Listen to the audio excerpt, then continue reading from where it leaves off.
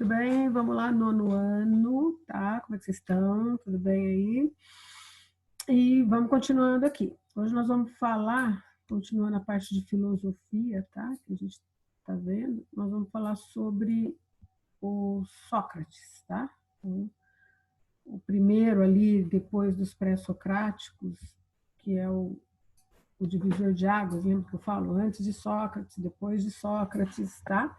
Por quê? Porque até Sócrates, os filósofos da física, da natureza, a preocupação deles era entender a natureza. Era uma preocupação quase que mais científica, assim, de entender como que de onde que o universo surgiu, como que as coisas apareceram, como que as coisas funcionavam.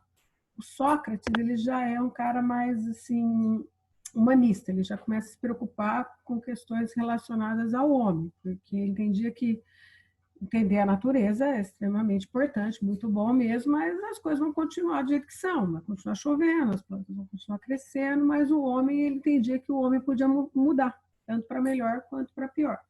E o Sócrates, então, ele é esse diferencial, por isso tem antes de Sócrates e depois de Sócrates. E hoje nós vamos ver um pouquinho de quem foi esse camarada. Ele nasceu em Atenas, em 399 a.C., ninguém sabe quando morreu. Foi um filósofo ateniense do período clássico da Grécia Antiga, tá? Então ele é lá esse período da Grécia que está tudo florescendo, está começando a filosofia, a democracia, aquela coisa toda, extremamente importante para a nossa cultura ocidental aqui hoje, né? Ele é acreditado como um dos fundadores da filosofia ocidental. Ele, Platão, Aristóteles, antes deles também ali o Parmênides, o Heráclito, eles são os fundadores dessa filosofia, o Tales de Mileto, todos os outros que nós vimos lá dos pré-socráticos também. Mas os mais famosos acabaram ficando Sócrates, Platão e Aristóteles, esses três aqui, esse tripé aqui da Grécia Antiga. Até hoje ele é uma figura enigmática, conhecida principalmente através dos relatos em obras de escritores que vieram depois, especialmente dois alunos dele, o Platão e o Xenofonte, tá? E o Xenofonte é conhecido pelas peças teatrais, tal, e o Platão pelos livros que ele escreveu, e também o Aristófanes. Bom, vamos lá. Há quem diga que o Platão inventou o Sócrates. Há quem diga que o Sócrates não foi uma pessoa de carne e osso, que ele foi assim, como ele não deixou nada escrito, ele não escreveu nada, porque ele falava assim, eu não vou escrever nada, porque você escrever, você ingessa a filosofia. Então, a filosofia tinha que ficar solta, o conhecimento tinha que voar, não podia nada. Hoje eu penso desse jeito, vou escrever, amanhã eu mudo. Ele achava que escrever ali era limitante, ia limitar o pensamento, então ele não escrevia nada. E ele ia ensinando, ele ensinava com o maior prazer.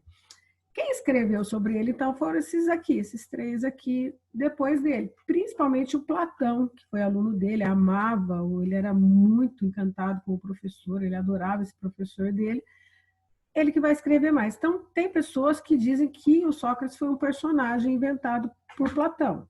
Não, a maioria diz que não, ele existiu mesmo, que foi uma pessoa de carne e osso, tá? E que existiu. Mas isso aí é assunto para quem for fazer filosofia depois.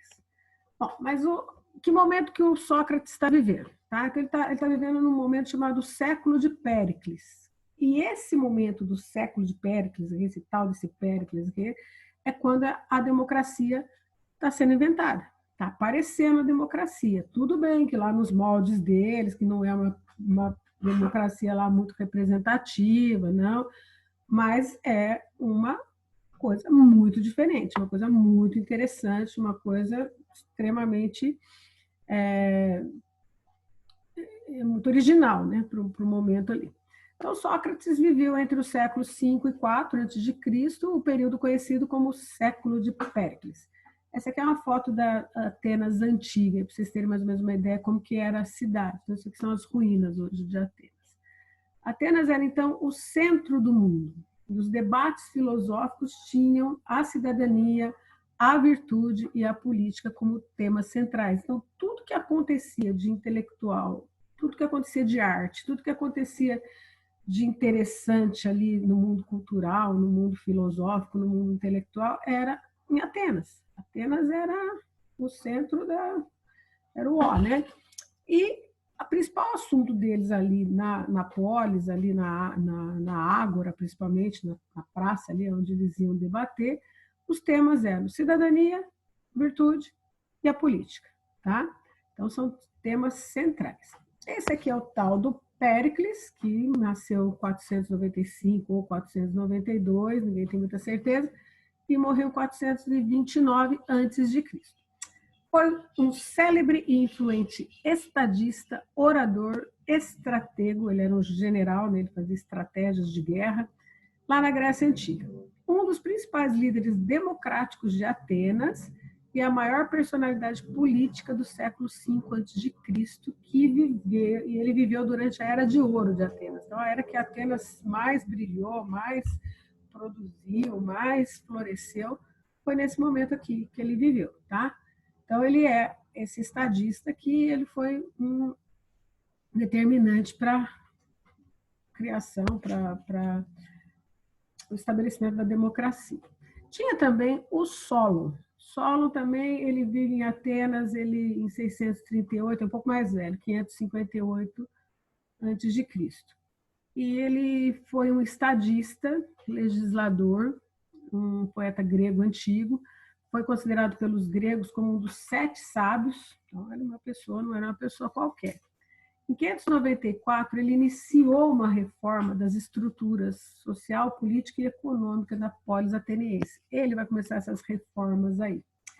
Ele fez reformas muito abrangentes, sem conceder aos grupos revolucionários e sem manter os privilégios dos eupátridas. Então, ele tira privilégio dessa classe aí que dominava, essa classe aí que mantinha o poder. Ele criou a eclésia, que é uma assembleia onde as pessoas podem falar, todo mundo pode participar, tá? Então participavam todo mundo, vírgula, né? Homens, filhos de pai e mãe ateniense, maiores de 30 anos, livres, mas não era só aquele grupo mais, não era só aquele grupinho de pessoas. Então, por isso, está um pouco mais abrangente, o poder está um pouco mais elástico, está abrindo mais o leque assim, de pessoas que podem participar. Bom, mas vamos lá, o que é a democracia ateniense, então? O poder da oligarquia, o que é a oligarquia? É um regime político em que o poder é exercido por um pequeno grupo de pessoas, ou um partido, ou uma família, ou uma classe, tá?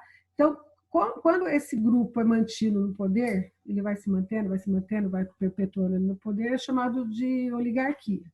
Então, pode ser uma oligarquia ruralista, então tinha no Brasil aqui como é que chamava, os coronéis, né, dos fazendeiros, se mantinham no poder ali, ia passando de um para o outro. Então, isso aqui, ele já mexeu com o negócio, o pessoal já não gostou muito, porque ele tira esse poder dessa oligarquia aqui, que estava se mantendo ali há muito tempo. No grego, democracia escreve daquele jeito ali, com aquele monte de letra lá, grega, foi uma forma de governo que surgiu na Grécia em meados do século V a.C., então é um negócio bem antigo. A experiência democrática ateniense dava-se em todo o território da Ática de forma direta.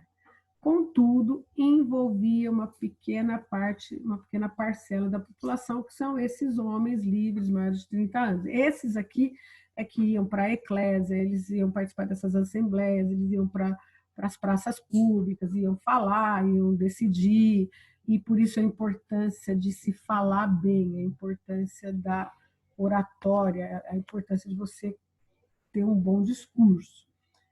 A democracia ateniense, gente, a cidadania envolvia o respeito a... Errei ali, desculpa, são 3 princípios, tá? Então, esses princípios aqui, eles são fundamentais para ter uma democracia. Sem esses princípios não existe democracia, que é isonomia, isegoria, isocracia. Parece palavrão, né? Mas isonomia é a base da nossa Constituição hoje. Todas as constituições dos países democráticos, eles se baseiam nesses princípios aqui até hoje. Então, é um negócio que, por mais antigo que seja, ele permanece atual. Isonomia é o direito segundo o qual todos são iguais perante a lei. Se não são na prática, deveriam ser, mas dentro da lei as pessoas são iguais, elas têm os mesmos direitos, tá? Por exemplo, no caso de meninos e meninas, teve uma época que só homens estudavam, hoje não, as meninas podem estudar. Se alguém inventar de fazer uma regra aí que mulher não vai estudar mais, está errado, é inconstitucional, porque lá na nossa Constituição está escrito que todos são iguais perante a lei. O princípio de zegoria é o princípio de igualdade de manifestação. Então, estava lá na Assembleia, na Eclésia lá, todos que participavam poderiam falar e teriam o mesmo tempo para falar. Todo mundo pode falar e sem ser interrompido, né? Então, respeito, você está falando, você vai falar, você tem lá X minutos para falar, que fosse combinado antes, e o outro só vai falar a hora que eu terminar. E eu só vou falar a hora que o outro terminar. Então, é esse princípio da zegoria. E a isocracia é uma forma de governo em que todos os cidadãos têm igual poder político. Então, nós todos temos, nós todos podemos votar, né, maiores de 16 anos, podemos ser votados, e ali esse todos, lembrando aqueles lá, homens maiores de 30 anos, atenienses, livres, mas eram todos que tinham, não era só aquele pequeno grupo da oligarquia lá que vinha, que era o costume. O século de Péricles também foi marcado pelo domínio da técnica.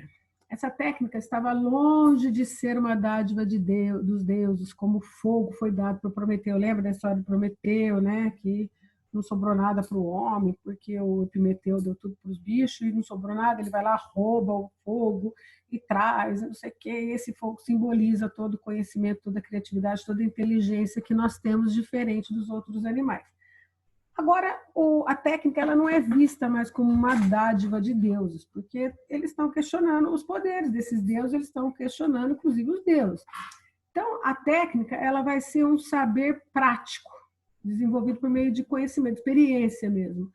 Ou seja, uma atividade que eles chamam em grego de poiesis. E é um saber que tem uma finalidade. Então, eu vou estudar mecânica para saber consertar um motor, né? Lá não tinha mecânica, não existia nada disso, mas eles iam estudar uma determinada atividade, cultivo de planta, de tecer, fazer um tecido, sei lá o que eles tinham ali, era um conhecimento técnico, prático, que tem uma finalidade. Tá? Então, esse negócio de filosofia até que não tem muita finalidade, né? Naquela época acho que tinha mais, porque eles estavam começando, né? Então eles valorizavam mais. Então era a fabricação realizada para usar a natureza em favor do homem. Então os técnicos, gente, eles usavam habilidades para dominar a natureza, para beneficiar as pessoas. O caçador vai dominar o bicho que está ali na natureza para poder comer. O capitão naval, ele vai dominar os mares para buscar coisas, levar coisas para conquistas, tal. Então era um negócio importante. O estrategista, que é o cara que vai organizar a guerra ali, o ataque, a defesa, tal. O político, que é o que vai determinar como que vai funcionar a pólice, o que vai acontecer naquela pólice. O médico, lógico, obviamente, hoje mais do que nunca, né? O médico, para mim, já estaria ali em primeiro lugar hoje por conta do vírus, né? Mas lá também, apesar da medicina estar começando, já é uma técnica diferente ali que estão prestando mais atenção. E o sofista, o abençoado do sofista, o que é o sofista? É um cara que fala bem, ele argumenta bem, ele tem uma arte da oratória, da retórica, ele convence as pessoas, ele fala tão bonito, ele fala tão bem, que ele vai convencer as pessoas do que ele pensa. E naquela época ali, nessa vida, nessa política deles ali em Atenas, era extremamente importante falar bem. Ele falava muito, muito, muito bem.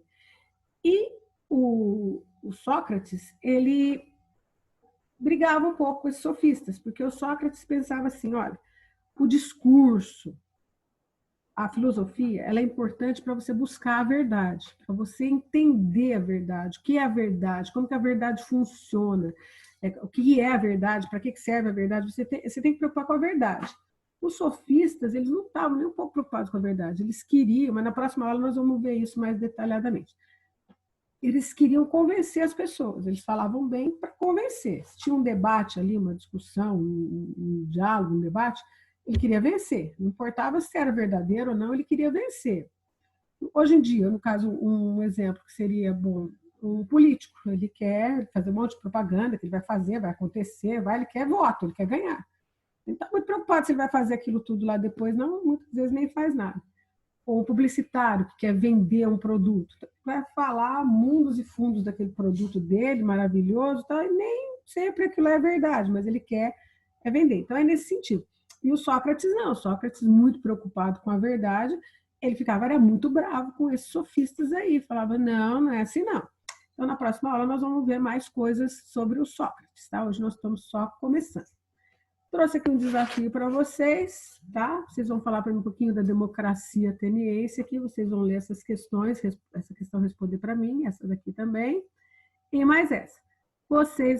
E 4 questões. Então, dá para fazer facinho, vocês respondam, leiam com atenção, se não entender alguma coisa, me manda uma mensagem que eu ajudo, tá? A gente vai conversando. Mas tentem fazer para vocês já irem se acostumando com essa linguagem de exercício de vestibular, tal, para treino de vocês mesmo. Não entendeu? Me manda mensagem. E a gente vai se falando, então, lá via WhatsApp e conversando sobre isso. E na próxima aula nós vamos adentrar mais especificamente quem foi o Sócrates mesmo, como que ele fazia, como que ele ensinava, a morte dele, por que ele chegou a ponto até de matarem ele. Então a gente vai ver com mais cuidado, com mais detalhes na próxima aula. Por enquanto, a gente vai ficando por aqui. Beijão para vocês.